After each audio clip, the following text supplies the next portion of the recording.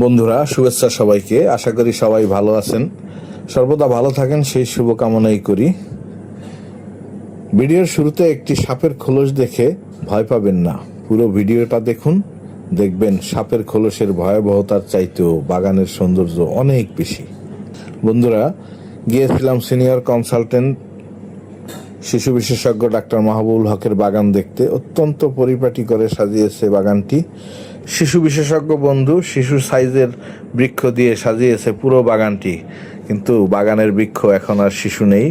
সবগুলি বৃক্ষই বেশ হৃষ্টপুষ্ট এবং সুন্দরভাবে বেড়ে উঠেছে।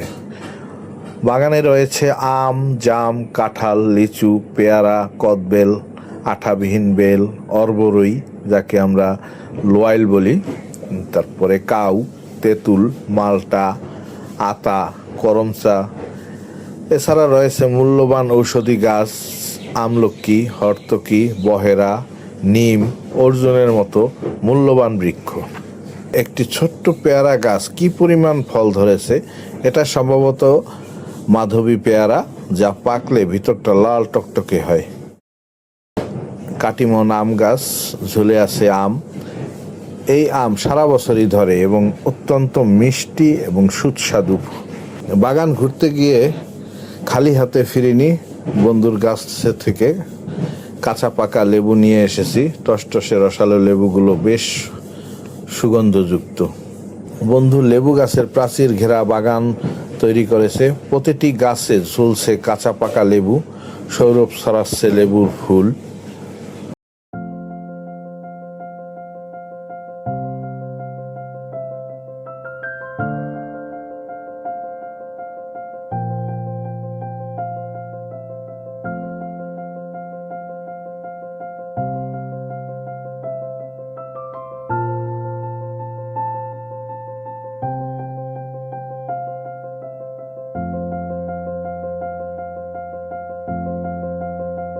ছোট্ট একটি তেঁতুল গাছ, অনেক তেঁতুল ঝুলে আছে। দেখে হয়তো অনেকের জিভে জল চলে আসবে। সম্ভবত এটা থাই প্রজাতির। এত ছোট গাছে এত সুন্দর তেঁতুল সাধারণত আমাদের দেশি প্রজাতির গাছে দেখা যায় না।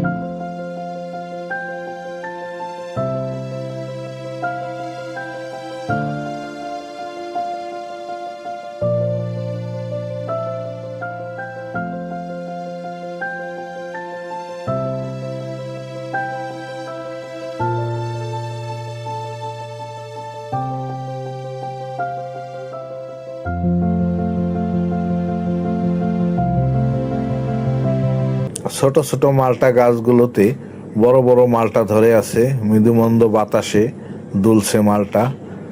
এক অপরূপ দৃশ্য। সবুজ মালটাগুলো যখন পেকে হলুদ হবে, সেটা দেখতে যেমন সুন্দর লাগবে, খেতেও সুন্দর লাগবে, সুস্বাদু লাগবে।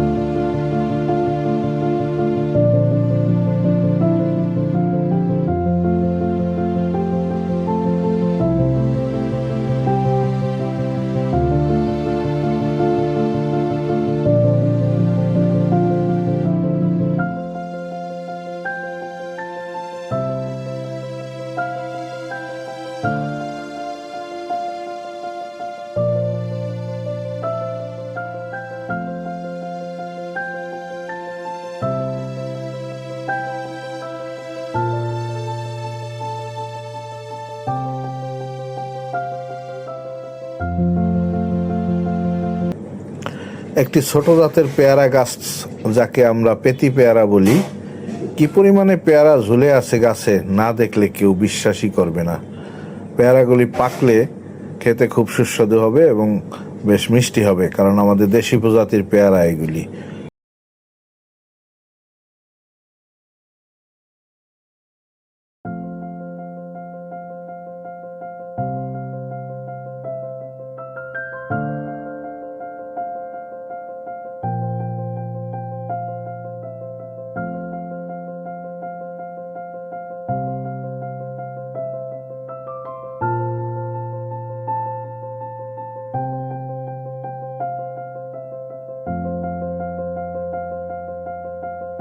করমচা গাছে দুলছে ফুল, আছে ফলও, সুন্দর দুটি ফুল ফুটে আছে।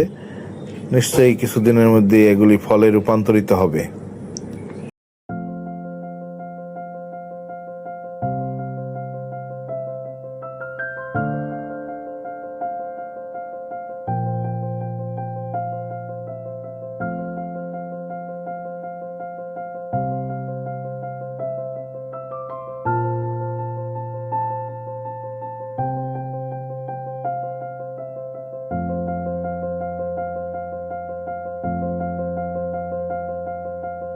গামলেস কাঁঠাল গাছ, গামলেস বেল গাছগুলো বেশ সুস্থ সবল দেখে মন জুড়িয়ে যাবে। এই কাঁঠাল এবং বেলে কোনো আঠা থাকবে না, খুবই সুস্বাদু এবং বিদেশি প্রজাতির, যার কারণে কোনো আঠা থাকে না। খুবই সুন্দর সুস্থ সবল গাছ, নিশ্চয়ই হয়তো আগামীতে ফল ধরবে।